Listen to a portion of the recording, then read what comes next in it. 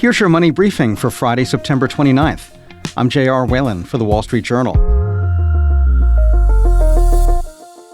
Rather than dreaming of the perfect career path, having expectations that there will likely be several detours and dead ends along the way could instead set you up for success. Wall Street Journal columnist Rachel Feintzeig joins me to explain why. So, Rachel, it seems like past generations had it so easy. They got a college degree, got a great job, a couple of promotions along the way. When did the tide start to turn?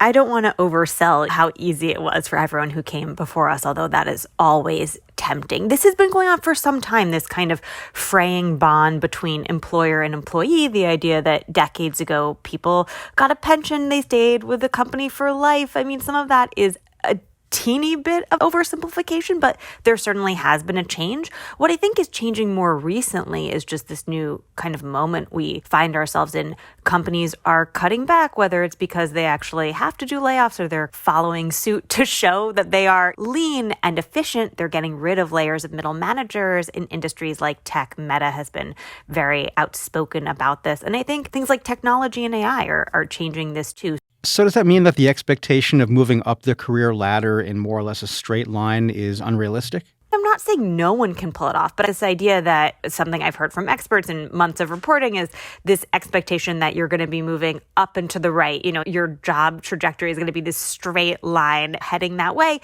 That's just not how things work. Real life doesn't really work like that to begin with, but especially with all of these things shifting and changing, we just have to expect that it's going to be a little bit more up and down and sideways. What about being a good corporate citizen and living by the golden rule of doing right by others? Couldn't that help propel someone forward in their career? I'm not telling people not to be a good corporate citizen. I think being nice at work is always a good principle, as long as you don't let it veer into people pleasing.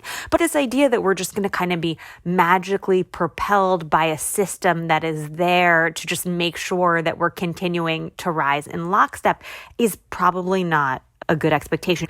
Adam Alter, the professor who I interviewed, talked about how, especially here in the West, we have such an allegiance to science and medicine, and those are obviously great things, but they've created in us this expectation that there's just not going to be that much change, that we can control the world around us, and then we're kind of flabbergasted when we find that that's not the case. So what career expectation should someone set for themselves instead? I like this idea of the squiggly career. An author that I talked to coined this phrase that you're moving in all different directions and you're thinking, what do I want to be known for? Not just rising in lockstep to that next promotion that's directly above you. It's actually quite wise to diversify a little bit so that you have different skills that can be applied in different ways so you're not left in a really tough spot if something above you goes away. What role has technology played in the altering of people's career paths?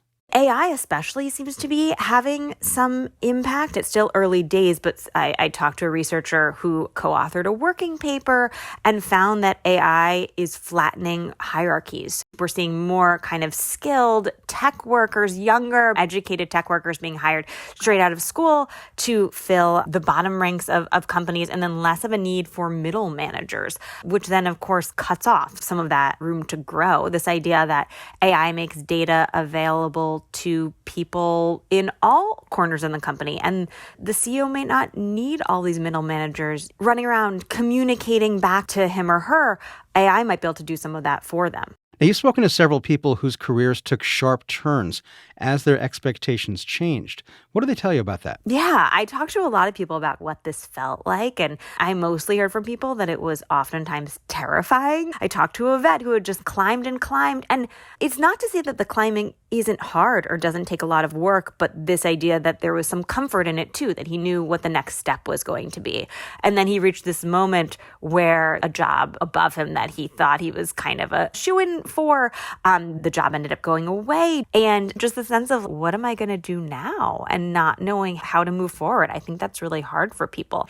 People often find a lot of blessings in taking a new path that maybe they didn't expect. Looking back, there's also some sense of like, did hewing so closely to this exact path that someone else set out for me, even if it was a parent's expectations, was that hurtful to me in any way? Was I not as creative or open-minded as I could have been? Did I miss out on stuff? And so I think there's a lot of learnings here, many of which are positive after you get through the initial kind of agita. That's Wall Street Journal Work and Life columnist Rachel Feintzeig. And that's it for your Money Briefing.